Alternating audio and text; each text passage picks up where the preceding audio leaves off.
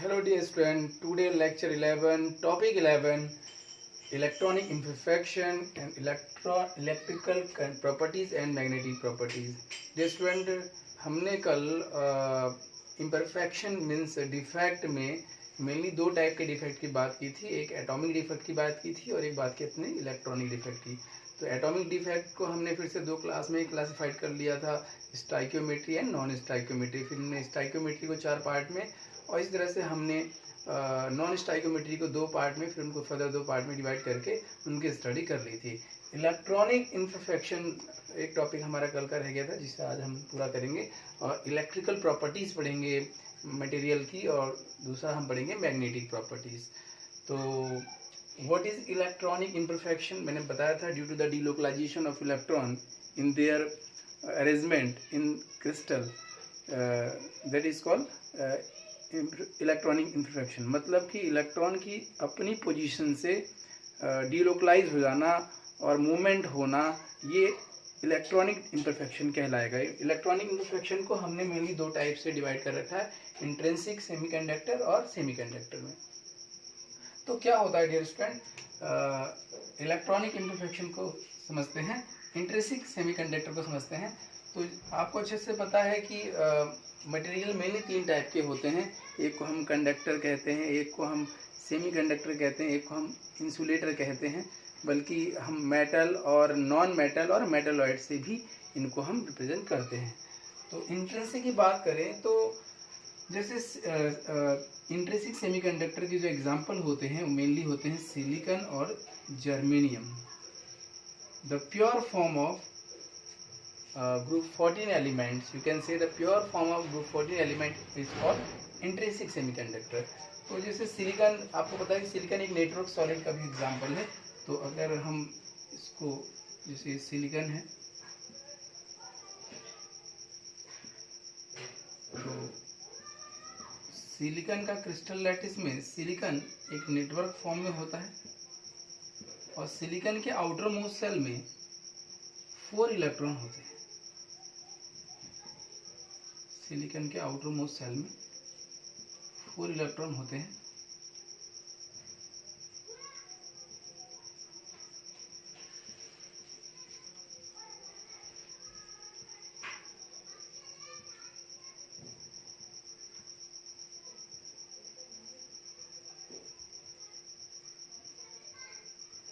और सिलिकॉन के outer most का प्रेजेंट ये 4 इलेक्ट्रॉन, जो 4 इलेक्ट्रॉन है, ये बगल वाले सिलिकॉन के साथ कोवैलेंट बॉन्ड बना लेता है।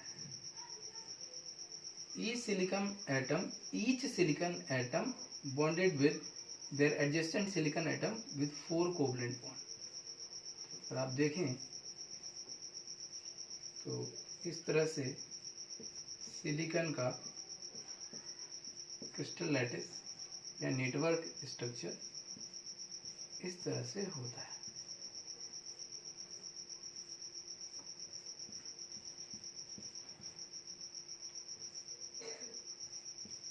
सिलिकॉन 4 कोवैलेंट बॉन्ड बनाता है और इस तरह से आप ये देखें कि इस सिलिकॉन के चारों इलेक्ट्रॉन अपने एडजेसेंट सिलिकॉन से, जैसे 1 2 3 4, इसी तरह से ये 1 2 3 4, तो सारे के सारे इलेक्ट्रॉन इसके कोवैलेंट बॉन्ड से बॉन्डेड हुए हैं।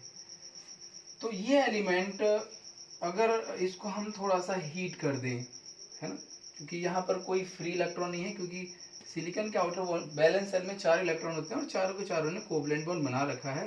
लेकिन अगर हम ऐसे एलिमेंट को थोड़ा सा हीट करते हैं, टेम्परेचर बढ़ाते हैं, थर्मोडायनेमिकली इनका टेम्परेचर बढ़ाते हैं, तो ये कोवैलेंट बॉन्ड कहीं ना कहीं ब्रेक होता है। और इस कोवैलेंट बॉन्ड के ब्रेक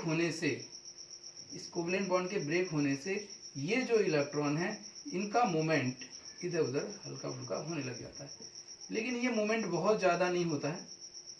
जैसे मैंने आपसे बताया कि ये कोवैलेंट बॉन्ड है और इसको हीट करने पे ये बॉन्ड ब्रेक हो जाएगा, तो इसका एक इलेक्ट्रॉन इधर उधर आसपास में मूवमेंट करने लग जाएगा।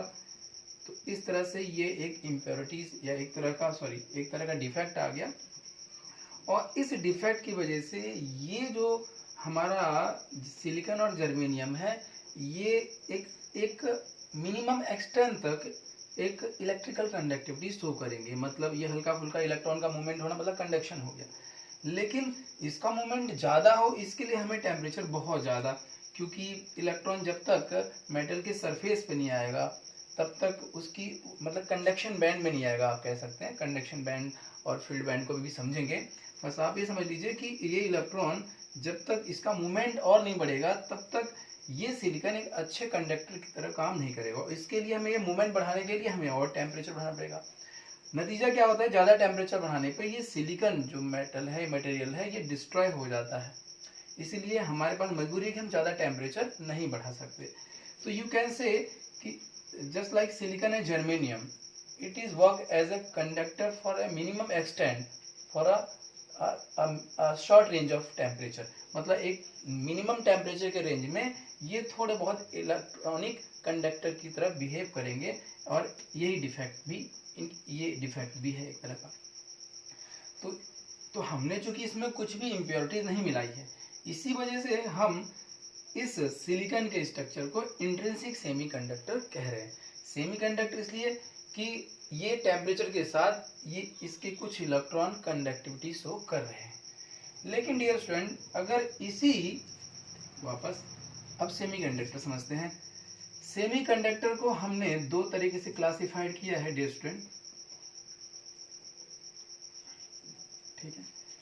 एक को हम कहते हैं एन टाइप सेमीकंडक्टर,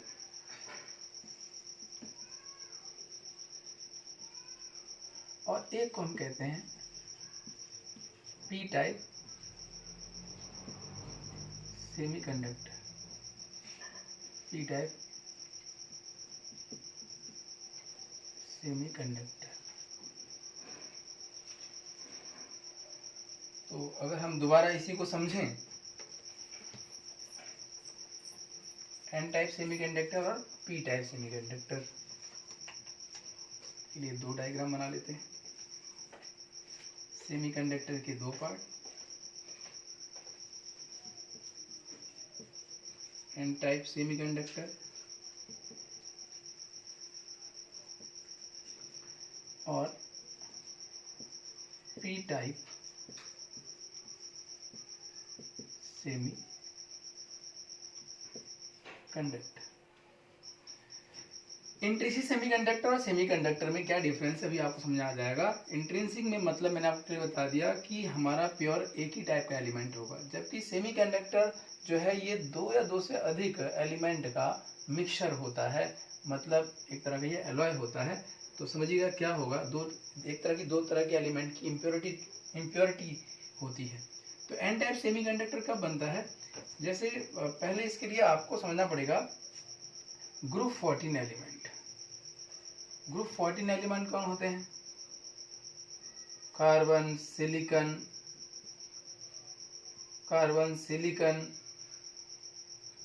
जर्मेनियम,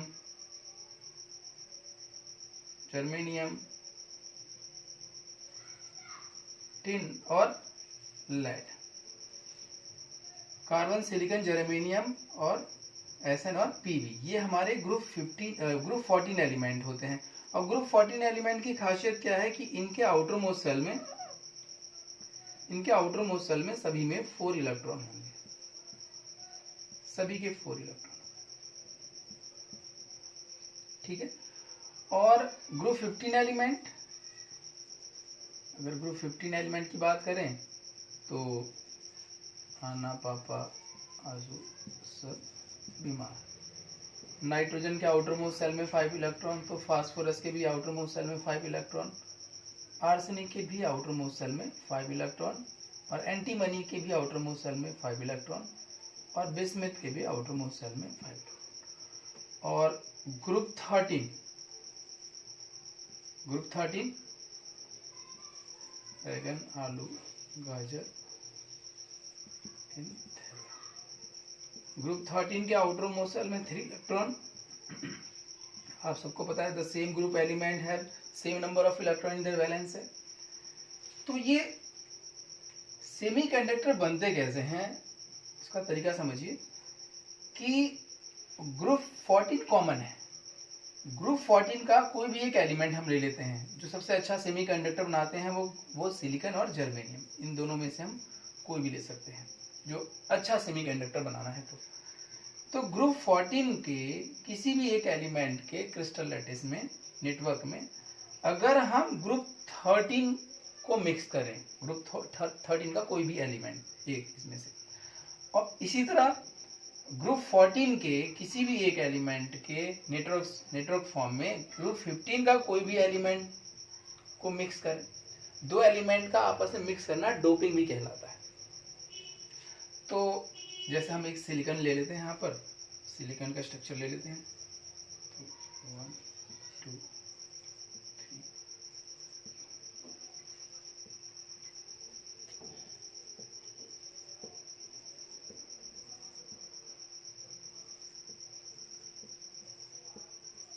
ये, और सिलिकॉन के आउटर मोस्ट सेल में अभी हमने कुछ देर पहले दिखाया था आपको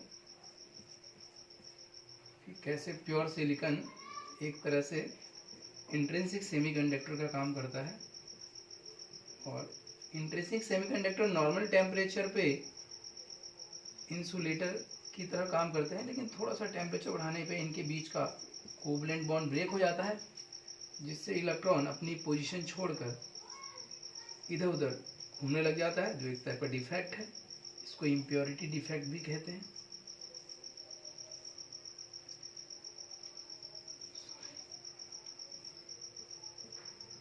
इम्प्योरिटी डिफेक्ट मतलब सेमीकंडक्टर जो बनते हैं। बाकी प्योर फॉर्म में इलेक्ट्रॉन की अपनी पोजीशन से इधर उधर हो जाना, ये इंट्रिंसिक सेमीकंडक्टर का एग्जांपल होगा। ये देखिए,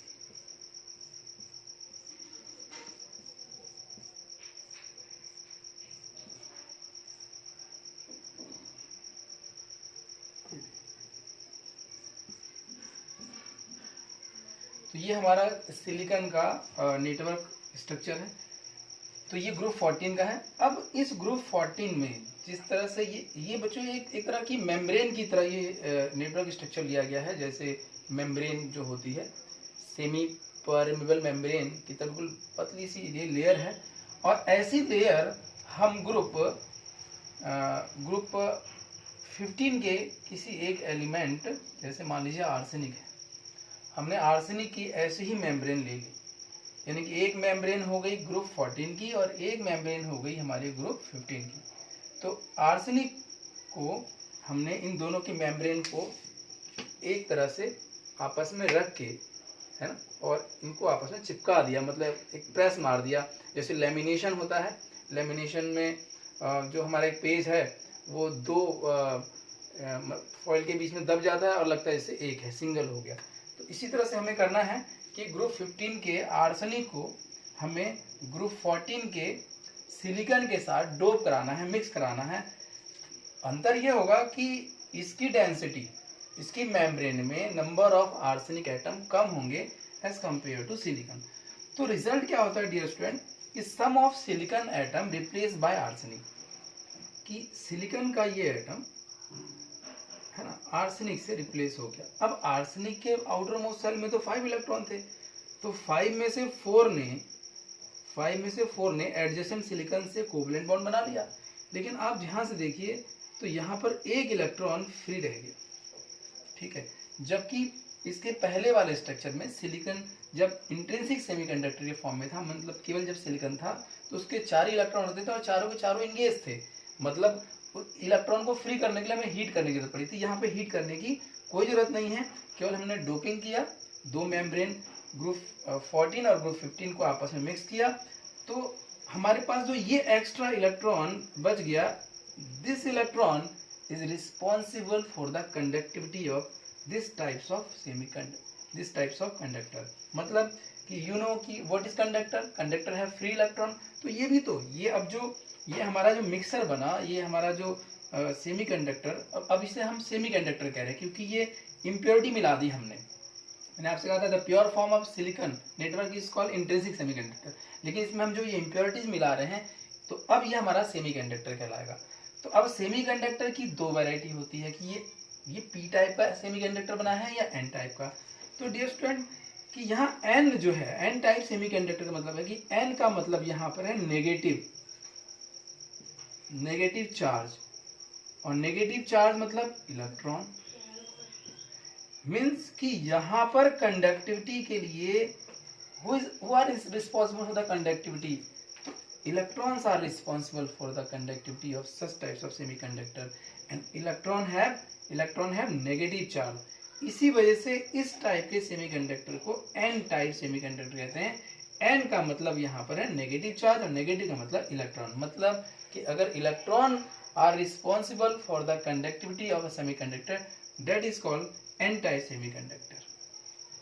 सिमिलरली अगर हम आर्सेनिक की जगह, मतलब अब आर्सेनिक की जगह हम फास्फोरस को भी डोप कराते तब भी यही बनता, एंटीमनी को कराते तब भी यही बनता, लेकिन बेस्ट सेमीकंडक्टर के लिए हम इसमें से जो बेस्ट एलिमेंट है वो सेलेक्ट करते हैं, वो हमारा आर्सेनिक होता है। सिमिलरली अगर मैं आर्सेनिक की जगह इसमें से ग्रुप 13 में से एल्युमिनियम ले लूं या गैलियम ले लूं, तो सपोज आपने गैलियम ले लिया, तो जब सेम वही मेम्ब्रेन, जैसे आपने ग्रुप 14 की मेम्ब्रेन में ग्रुप 15 के मेम्ब्रेन की डोपिंग कराई, मिक्स, डोपिंग मतलब मिक्स करना, तो ऐसी ग्रुप 13 के गैलियम की मेम्ब्रेन को जब हम डोप कराते हैं, तो अब क्या होगा कि यहाँ पर हम जैसे ही हम इसको डोप कराएंगे तो गैलियम सिलिकॉन को रिप्लेस करेगा। और आपको पता है कि गैलियम के आउटर मोस्ट शेल में कितने इलेक्ट्रॉन है हमारे पास? गैलियम के आउटर मोस्ट शेल में 3 इलेक्ट्रॉन है, और सिलिकॉन तो रिप्लेस हो गया है, तो सिलिकॉन चला गया है। तो अब जो आप ध्यान से देखें तो गैलियम के पास 3 इलेक्ट्रॉन थे, तो ये 3 इलेक्ट्रॉन तो इन अगर बगल वाले सिलिकॉन से कोवलेंट बॉन्ड बना लिया, लेकिन ये वाला जो है यहाँ पर एक तरह की वैकेंसी आ गई। वैकेंसी मतलब यहाँ पर उसका एक ऑर्बिटल वैकेंट है। जैसे आप गैलियम की जगह एल्युमिनियम लेके भी समझ सकते थे। अगर हम एल्युमिनियम लेते तो आपको पता है कि एल्युमिनियम के पास एक वैकेंट ऑर्बिटल होता है। तो अब क्या हुआ कि इस वैकेंट ऑर्बिटल में ये सिलिकॉन का इलेक्ट्रॉन मूव कर सकता है। मतलब ये वाला इलेक्ट्रॉन अगर यहाँ आ जाए तो ये वैकेंसी यहाँ पहुँच गई, फिर ये वाला अगर ये वाला इलेक्ट्रॉन यहाँ मूवमेंट करे तो ये वैकेंसी यहाँ आ गई। तो आप क्या देख रहे हैं कि यहाँ से स्टार्ट हुआ था, मतलब ये वैकेंट ऑर्बिटल, यहाँ से इलेक्ट्रॉन यहाँ आ रहा है तो वैकेंट ऑर्बिटल यहाँ जा रहा है, यानी कि इलेक्ट्रॉन इधर मूवमेंट कर रहे हैं और ये वैकेंट ऑर्बिटल आगे मूवमेंट कर रहे हैं। यानी कि इलेक्ट्रॉन के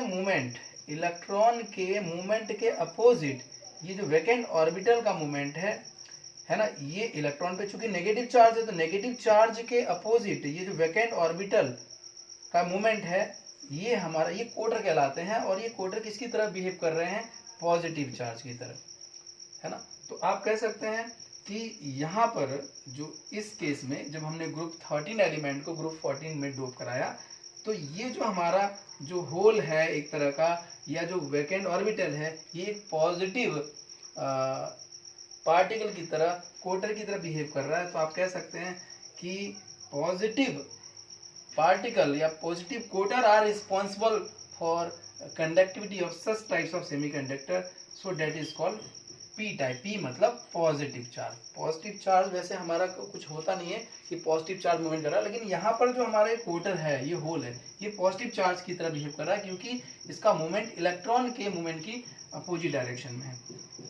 तो एक बात क्लियर हो गई कि जब भी हम ग्रुप 13 का एलिमेंट ग्रुप 14 में डालेंगे तो पी टाइप का सेमीकंडक्टर बनेगा, क्योंकि वहां पर एक वैलेंसी कम हो जाएगी और उस एक वैलेंसी की जगह एक होल क्रिएट हो जाएगा, जो कि जिसका मूवमेंट इलेक्ट्रॉन के मूवमेंट के अपोजिट होगा, जो कि पॉजिटिव चार्ज की तरह काम करेगा। और जब भी हम ग्रुप 15 को ग्रुप 14 में डोप करेंगे तो एक इलेक्ट्रॉन बच जाएगा, जो कि एक तरह से फ्री इलेक्ट्रॉन की तरह काम करेगा। तो उस केस में वो हमारा एन टाइप का सेमीकंडक्टर कहलाएगा। यानी कि आपको एक बात समझ में आ गया कि सेमीकंडक्टर 2 टाइप के होते हैं, एन टाइप और पी टाइप, और दोनों का फॉर्मेशन में एक चीज कॉमन है और वो है ग्रुप 14। तो ग्रुप 14 और ग्रुप 13 और ग्रुप 15 के एलिमेंट्स के नेम आपको लर्न होने चाहिए, है ना, जिससे कि आपको कुछ क्वेश्चन घुमा के पूछा जाए कि भाई एंटीमनी को ग्रुप 14 में डोप करेंगे तो किस टाइप का सेमीकंडक्टर बनेगा, या इंडियम को ग्रुप 14 में डोप करेंगे तो किस टाइप का सेमीकंडक्टर बनेगा। तो ये आपने देखा कि ये डोपिंग की प्रोसेस करा के, मतलब हम दो एलिमेंट को मिक्स करा के, एक तरह से एक इम्प्योरिटी मिक्स करके हमने जो इंट्रिंसिक सेमीकंडक्टर जिसकी कंडक्टिविटी ना के बराबर थी, हमने उसकी कंडक्टिविटी को बहुत ज़्यादा बढ़ा लिया है और ये बहुत ज़्यादा यूजफुल हो गया है। तो this is electronic imperfection and result of electronic imperfection give a very important point. N type semiconductor and P type semiconductor, it is the base material of electronic engineering branch. Electronics जो engineering branch होती है उसकी main जड़ हमारी यही होती है N type semiconductor और P टाइप सेमीकंडक्टर। इसके अलावा स्टूडेंट अगर बात करें, हमारा जो दूसरा टॉपिक है आज का, इलेक्ट्रिकल प्रॉपर्टीज क्या होती है। इलेक्ट्रिकल प्रॉपर्टीज आपको पता है कि on the basis of electrical conductance, कि कोई भी जो हमारा जो मटेरियल है उसकी इलेक्ट्रिकल कंडक्टिविटी के बेस पर उसको तीन तरह से कैटेगराइज किया जाता है। एक को हम कंडक्टर कहते हैं, और एक को हम सेमी मेटलॉइड कहते हैं, और एक को हम नॉन मेटल कहते हैं। तो अगर इनका क्लासिफिकेशन किया जाए कि मटेरियल तीन टाइप के हैं, तो अगर उनकी कंडक्टिविटी के बेस पे इनका क्लासिफिकेशन किया जाए, तो if a material have conductivity between 10 to the power 4 to 10 to the power 7 ohm inverse metre inverse, अगर किसी मटेरियल की कंडक्टिविटी 10 to the power 4 से 10 to the power 7 ohm inverse 10 to the power 4 से 10 to the power 7 ohm inverse metre inverse के बीच में लाई करती है, तो ऐसा मटेरियल, ऐसा सबस्टेंस हमारा कंडक्टर कहलाता है। जबकि 10 to the power -6 से 10 to the power 4 के बीच में अगर उसकी कंडक्टिविटी रेंजिंग करती है, तो ऐसे मटेरियल को हम जो है सेमीकंडक्टर कहते हैं। और अगर उसकी कंडक्टिविटी 10 to the power -20 से 10 to the power -10 ohm inverse metre inverse के बीच में लाई करती है, तो ऐसे मटेरियल को या ऐसे सबस्टेंसेस को हम इंसुलेटर कहते हैं। मतलब ये हमने तीन तरीके से क्लासिफिकेशन किया है on the basis of conductivity. मतलब ये हमारा कंडक्टर हो गया, कंडक्टर,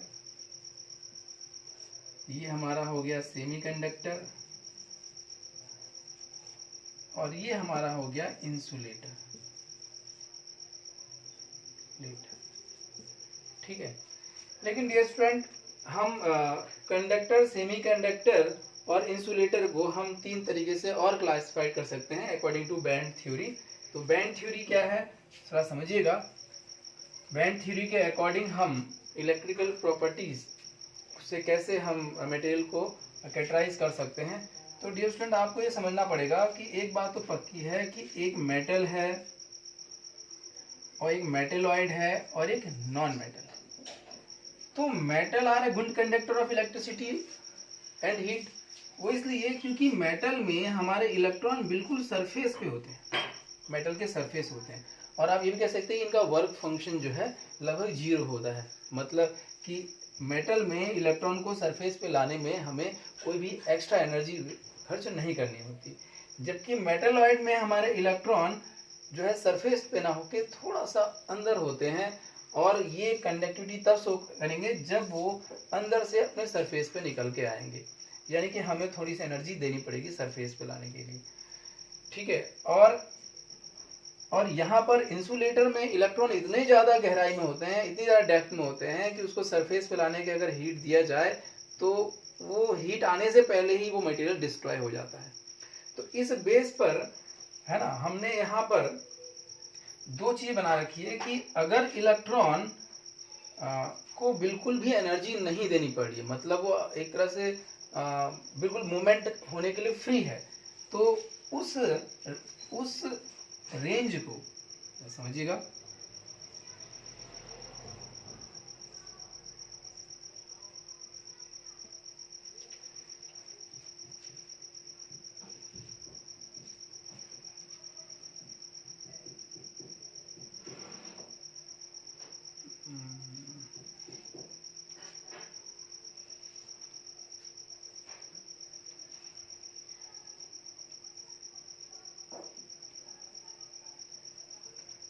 तीन डायग्राम आपके सामने बना के दिखा रहा हूँ, इससे समझना बहुत आसान हो जाएगा।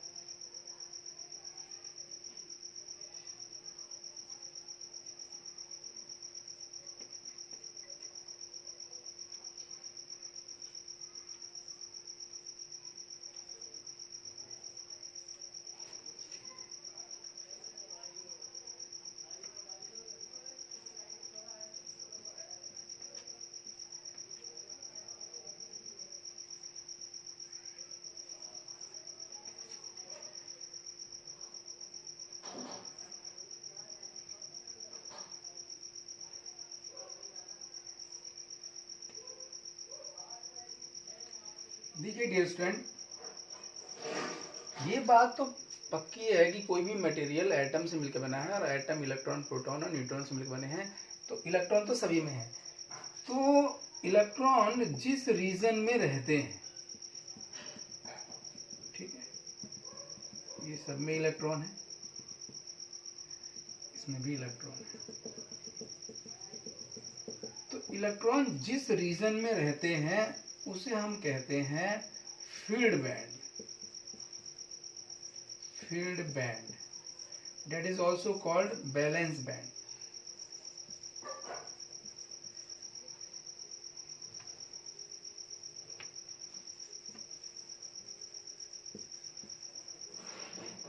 वैलेंस बैंड भी कहते हैं। और यानी कि ये सभी फील्ड बैंड, मतलब जिस रीजन में इलेक्ट्रॉन है उसे हम फील्ड बैंड, वैलेंस बैंड कहते हैं। अब अगर आप देखें, और ये वो रीजन है, ये वो रीजन है जिस रीजन में जाके, मतलब जब हमारे पास एक तरह का ये एनर्जी लेवल है, तो आप समझ सकते हैं कि इसकी एनर्जी ज़्यादा है, इसकी एनर्जी ज़्यादा है, इसकी एनर्जी ज़्यादा है, और ये लोअर एनर्जी लेवल में। तो अगर इलेक्ट्रॉन यहाँ से यहाँ पहुँच जाए, यहाँ से यहाँ पहुँच जाए, तो इस रीजन में जाके इस एनर्जी लेवल को गेन करके, इस एनर्जी लेवल को गेन करके, इस एनर्जी लेवल को गेन करके, इस एनर्जी लेवल को गेन करके इलेक्ट्रॉन में मूवमेंट आ जाएगा और इलेक्ट्रॉन कंडक्टिविटी शो करेगा। इसीलिए इसको हम कंडक्शन बैंड कहते हैं। कंडक्शन बैंड मतलब कंडक्शन बैंड वो रीजन है जहां पे इलेक्ट्रॉन फ्रीली मूवमेंट करता है। तो ये हमारा conduction band, conduction band, conduction band. तो अगर आप ध्यान से देखें तो ये जो हमारा मटेरियल है, इसमें कंडक्शन बैंड और फील्ड बैंड दोनों एक दूसरे को ओवरलैप, मतलब दोनों आपस में टच कर रहे हैं, मतलब कोई एनर्जी गैप है ही नहीं। मतलब इलेक्ट्रॉन को अगर मुझे फील्ड बैंड से कंडक्शन बैंड में भेजना है तो मुझे कोई एनर्जी देने की जरूरत ही नहीं है। तो जैसे मैंने आपको बताया कि मेटल में ऐसा ही होता है। मेटल में हम जैसे ही पोटेंशियल लगाते हैं, बैटरी लगाते हैं, तो उसका इलेक्ट्रॉन फ्लो करने लग जाता है। मतलब मेटल में हमारा कोई वर्क फंक्शन नहीं होता है। तो इसलिए हम इसको ओवरलैपिंग बैंड भी कहते हैं। ओवरलैपिंग, क्योंकि यहाँ पर फील्ड बैंड मतलब जिसमें इलेक्ट्रॉन है जिस रीजन में, और जहां पे उसका कंडक्शन होता है, दोनों एक दूसरे के ओवरलैप है। जबकि तो ये हमारा मटेरियल कहलाता है कंडक्टर। कंडक्टर। जबकि अगर यहां पर आप देखें तो यहां पर ये मटेरियल तब कंडक्टिविटी शो करेगा जब फील्ड बैंड से इलेक्ट्रॉन कंडक्शन बैंड में जाएंगे। और ऐसा करने के लिए हमें थोड़ा सा उसको एनर्जी देनी पड़ेगी। तो थोड़ी सी एनर्जी देने पर यहाँ से इलेक्ट्रॉन छलांग लगाकर कंडक्शन बैंड में आ जाते हैं। तो ऐसा मटेरियल हमारा जो है वो कहलाता है सेमीकंडक्टर। यानी कि आप कह सकते हैं कि सेमीकंडक्टर में फील्ड बैंड और कंडक्शन बैंड के बीच में एनर्जी गैप बहुत कम होता है। अगर ये एनर्जी गैप बहुत ज्यादा हो गया तो आप इतनी ज्यादा हीट करेंगे कि इलेक्ट्रॉन यहाँ से वहां जंप करने से पहले ही डिस्ट्रॉय हो जाएगा, जैसा कि तीसरे वाले डायग्राम में है। देखिए तीसरे वाले डायग्राम में ये हमारा फील्ड बैंड और ये हमारा कंडक्शन बैंड है ना। अब यहाँ पर भी इलेक्ट्रॉन है, लेकिन इस इलेक्ट्रॉन को इस रीजन में लाने के लिए मेरे को इतनी ज्यादा हीट देनी पड़ेगी कि उस इलेक्ट्रॉन की एक्साइटेशन आने से पहले ये मटेरियल डिस्ट्रॉय हो जाएगा। तो यानी कि ये इलेक्ट्रॉन यहाँ से कहीं पहुंच ही नहीं पाएगा। इट मीन यही हमारा है इंसुलेटर। इंसुलेटर। तो ये हमने डियर स्टूडेंट क्लासिफिकेशन किया कंडक्टर, सेमीकंडक्टर और इंसुलेटर का अकॉर्डिंग टू बैंड थ्योरी। इसी को हम बैंड थ्योरी कहते हैं, क्योंकि हमने कंडक्शन बैंड और फील्ड बैंड के बेस पर हमने इलेक्ट्रिकल प्रॉपर्टीज को जाना। अब इस चैप्टर के लास्ट टॉपिक की बात करें ना, इस चैप्टर का डियर स्टूडेंट ये लेक्चर 11 टॉपिक 11 और ये लास्ट टॉपिक हमारा है मैग्नेटिक प्रॉपर्टीज।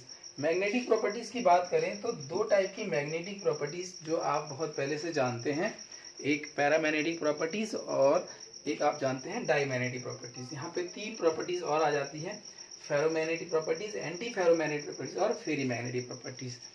तो अगर बात करें कि मैग्नेटिक प्रॉपर्टीज की, तो आपको पता है कि किसी भी मटेरियल की जो मैग्नेटिक प्रॉपर्टीज है वो इलेक्ट्रॉन की स्पिन पे डिपेंड करता है। यानी कि इलेक्ट्रॉन का स्पिन जो है किसी भी मटेरियल की मैग्नेटिक प्रॉपर्टीज के लिए रिस्पॉन्सिबल है। और आपको पता है कि इलेक्ट्रॉन का मूवमेंट, इलेक्ट्रॉन की स्पिन भी 2 तरीके से होती है, एक्सियल और रोटेशनल, 2 तरह की उसकी स्पिन होती है। तो अगर बात करें पहले की पैरामैग्नेटिक और डाईमैग्नेटिक प्रॉपर्टीज को मैं समझाऊं, जिसको आप क्लास 11 में भी पढ़ चुके हैं पीरियोडिक टेबल में, कि जैसे पैरामैग्नेटिक सब्सटेंस क्या होते हैं। पैरामैग्नेटिक सब्सटेंस वो सब्सटेंस होते हैं जिनके वैकेंट ऑर्बिटल में अनपेयर्ड इलेक्ट्रॉन हो, और ऐसे एलिमेंट्स का जो अनपेयर्ड इलेक्ट्रॉन है उसका एक पर्टिकुलर डायरेक्शन में मूवमेंट होता है, जिसकी वजह से ही वो एलिमेंट में मैग्नेटिक प्रॉपर्टीज आ जाती है। जैसे बात करें हम आयरन को ही ले लें, आयरन को ले लें Fe। तो अगर आप Fe का electronic configuration 1s2 2s2 2p6 3s2 3p6 and 4s2 and 3d6, तो अगर d ऑर्बिटल में जो 6 इलेक्ट्रॉन हैं इसको देखें, डी शब्द में 5 ऑर्बिटल होते हैं, 1 2 3 4 5, तो इसमें 6 इलेक्ट्रॉन 1 2 3 4 5 6। तो आप देख रहे हैं कि इसमें ये 4 इलेक्ट्रॉन जो है अनपेयर्ड है, और ये अनपेयर्ड है, तो इसका मतलब कि इनका एक पर्टिकुलर डायरेक्शन में मैग्नेटिक प्रॉपर्टीज है। तो ऐसे एलिमेंट जिनके वैकेंट ऑर्बिटल में अनपेयर्ड इलेक्ट्रॉन होते हैं, ऐसे सब्सटेंस पैरामैग्नेटिक सब्सटेंस कहलाते हैं। और पैरामैग्नेटिक सब्सटेंस के बहुत सारे एग्जांपल आप डी ब्लॉक एलिमेंट में, सारे एलिमेंट जिनके पास वैकेंट एक भी अनपेयर्ड इलेक्ट्रॉन होगा वो पैरामैग्नेटिक एलिमेंट कहलाएंगे। जबकि अगर बात करें जिंक की बात कर लें, तो जिंक का एटॉमिक नंबर 30 होता है। तो 1s2 2s2 2p6 3s2 3p6 4s2 and 3d10, यानी कि डी में 10 इलेक्ट्रॉन आ गए। तो आप देखें ध्यान से कि 10 इलेक्ट्रॉन भरने हैं, 1 2 3 4 5 6 7 8 9 10। तो यहाँ पर एक ऑर्बिटल में ये 2 इलेक्ट्रॉन आने से इस इलेक्ट्रॉन का जो मैग्नेटिक मूवमेंट क्लॉकवाइज था और इस दूसरे इलेक्ट्रॉन का जो मैग्नेटिक मूवमेंट एंटी क्लॉकवाइज था, ये एक दूसरे को कैंसिल कर दे रहे हैं, यानी कि ये एलिमेंट मैग्नेटिक प्रॉपर्टी नहीं शो कर रहे हैं। तो ऐसे एलिमेंट जिनके वैकेंट ऑर्बिटल में या तो एक भी इलेक्ट्रॉन ना हो, या तो एक भी इलेक्ट्रॉन ना हो, या सारे इलेक्ट्रॉन पेयर्ड हों, तो ऐसे एलिमेंट हमारे डाईमैग्नेटिक कहलाते हैं, चाहे वो मॉलिक्यूल फॉर्म में हो और चाहे वो एलिमेंट्री फॉर्म में हो, चाहे वो आयन के फॉर्म में। अब बात करें जो आपके लिए नया चीज है इस क्लास में, वो है फेरोमैग्नेटिक सब्सटेंस और एंटी फेरोमैग्नेटिक सब्सटेंस और फेरीमैग्नेटिक सब्सटेंस। तो फेरोमैग्नेटिक सब्सटेंस और पैरामैग्नेटिक सब्सटेंस में एक सिमिलरिटीज होती है। कि सिमिलरिटीज क्या है, मतलब ये भी मैग्नेटाइज हो जाते हैं। तो अगर फेरोमैग्नेटिक सब्सटेंस को किसी एक्सटर्नल मैग्नेटिक फील्ड में रखा जाए, ठीक है, तो फेरोमैग्नेटिक सब्सटेंस वो होते हैं जो एक्सटर्नल मैग्नेटिक फील्ड में रखने पे वो मैग्नेटाइज हो जाते हैं, और एक्सटर्नल मैग्नेटिक फील्ड हटाने के बाद भी उनकी मैग्नेटिक प्रॉपर्टीज बनी रहती है।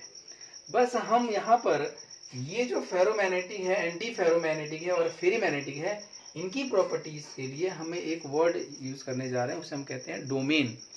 ठीक है, हम डोमेन के बेस पे समझते हैं, जबकि पैरामैग्नेटिक और डाईमैग्नेटिक प्रॉपर्टीज को हमने ऑर्बिटल के बेस पे समझा है। जो हमारे सबशेल के ऑर्बिटल हैं, हमने उसके बेस पे बात किया था। इसको हम डोमेन के हिसाब से समझते हैं। डोमेन क्या होता है? डोमेन डियर स्टूडेंट एक इलेक्ट्रॉन का रीजन है, जिसमें इलेक्ट्रॉन का ऑर्डर लगभग 10⁻14 इलेक्ट्रॉन का होता है, और ये एक टीनी मैग्नेट की तरह काम करता है। मतलब आप कह सकते हैं कि एक पर्टिकुलर रीजन में, मतलब मान लीजिए कि मैंने एक फेरोमैग्नेटिक सब्सटेंस लिखा है, और इस डायग्राम को ध्यान से देखिए, और इसमें इस रीजन को देखिए या इस रीजन को देखिए। इस रीजन में बहुत सारे इलेक्ट्रॉनों का मैग्नेटिक मूवमेंट एक डायरेक्शन में है। तो जब बहुत सारे इलेक्ट्रॉनों का मैग्नेटिक मूवमेंट एक डायरेक्शन में होता है, तो ये पूरा रीजन एक तरह से टीनी मैग्नेट की तरह काम करता है, और इलेक्ट्रॉनों के इसी ग्रुप को हम डोमेन कहते हैं। तो अगर मैं आपसे कहूं कि इसमें जो ये डायग्राम दिखाया गया है इसमें कितने डोमेन है, तो देखिए यहाँ एक पर्टिकुलर डायरेक्शन में मैग्नेटिक मोमेंट है, यहाँ पे इधर है, इसमें इधर है, मतलब एक पर्टिकुलर रीजन में इलेक्ट्रॉन का मूवमेंट एक पर्टिकुलर डायरेक्शन में होगा। लेकिन ओवरऑल जो मटेरियल है ये मैग्नेट की तरह बिहेव नहीं करेगा, क्योंकि ये जो मैग्नेटिक मोमेंट है ये एक दूसरे को रैंडमली कैंसिल कर रहे होंगे। ठीक है, ये डोमेन अलग अलग डायरेक्शन में रैंडमली कैंसिल कर रहे होंगे। लेकिन अगर हम इसी को एक एक्सटर्नल मैग्नेटिक फील्ड में रखें तो ये सारे के सारे डोमेन एक डायरेक्शन में अलाइंड हो जाते हैं। यानी कि ये जो इतने सारे रीजन हैं, है ना, इस सारे रीजन के इलेक्ट्रॉन को मैं ऐसे दिखा है, मतलब ये सिंबल किसी एक इलेक्ट्रॉन का नहीं है, ये एक डोमेन को रिप्रेजेंट कर रहा है। मैंने आपसे वही कहा कि अभी हम जब पैरामैग्नेटिक की बात करें तो पैरामैग्नेटिक में हम एक ऑर्बिटल के एक इलेक्ट्रॉन की बात कर रहे हैं, तो इसमें और इसमें डिफरेंस है। ये एक इलेक्ट्रॉन है जबकि ये बहुत सारे इलेक्ट्रॉनों का कलेक्शन है जिसे हम डोमेन कह रहे हैं। यानी कि ऐसे सबस्टेंस जिनको एक्सटर्नल मैग्नेटिक फील्ड में रखने पे सारे के सारे डोमेन एक ही डायरेक्शन में अलाइन हो जाते हैं, और इवन एक्सटर्नल मैग्नेटिक फील्ड को अगर हटा भी लिया जाए तब भी ये अपनी डायरेक्शन को चेंज नहीं करते हैं, मतलब ये एक डायरेक्शन में अलाइंड हो गए और ये परमानेंट मैग्नेट बन गए। तो ऐसे मटेरियल या ऐसे सबस्टेंस हमारे फेरोमैग्नेटिक सबस्टेंस कहलाते हैं, और इनके एग्जांपल हैं Fe, कोबाल्ट, निकल, गैडोलिनियम, क्रोमियम ऑक्साइड एटसेट्रा। इसके अलावा अगर बात करें एंटी फेरोमैग्नेटिक, आप ध्यान से देखिए, एंटी फेरोमैग्नेटिक सबस्टेंस इसका जस्ट अपोजिट है। मतलब इस डायग्राम को ध्यान से देखें तो यहाँ पर डोमेन इस डायरेक्शन में है, तो इसको कैंसिल करने के लिए एक डोमेन इस डायरेक्शन में है।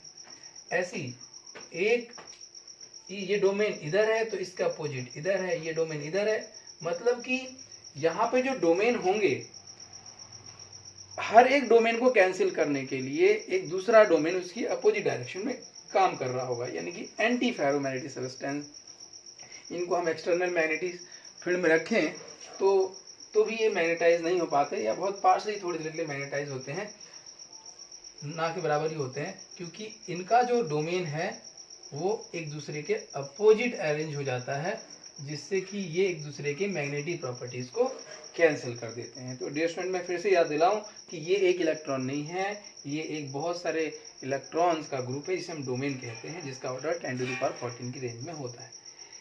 फेरीमैग्नेटिक सबस्टेंस की बात करें तो फेरीमैग्नेटिक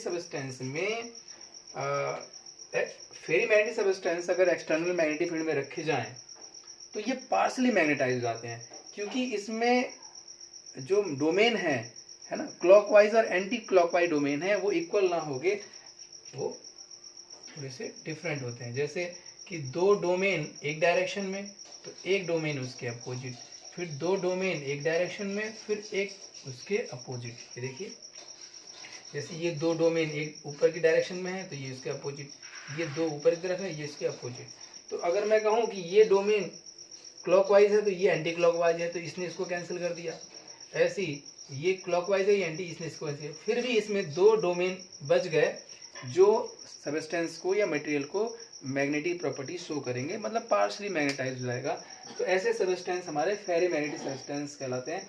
और फेरीमैग्नेटिक सबस्टेंस की खास बात है कि एक ऑप्टिमम टेम्परेचर पे इनको हीट करने पर ये पैरामैग्नेटिक सबस्टेंस में कन्वर्ट हो जाते हैं। इनमें ड्यू टू द रैंडमनाइजेशन ये जो है इनके ये अनपेयर्ड इलेक्ट्रॉन जो है जनरेट हो जाते हैं, जिससे कि ये पैरामैग्नेटिक सबस्टेंस में कन्वर्ट हो जाता है। तो dear student, chapter 1 solid state का लास्ट टॉपिक था और ये हमारा चैप्टर यहीं पे ख़त्म हुआ। ठीक है, तो it is enough for today. Next chapter नए टॉपिक के साथ हम फिर मिलेंगे। Thank you so much. Stay home, safe रहिए।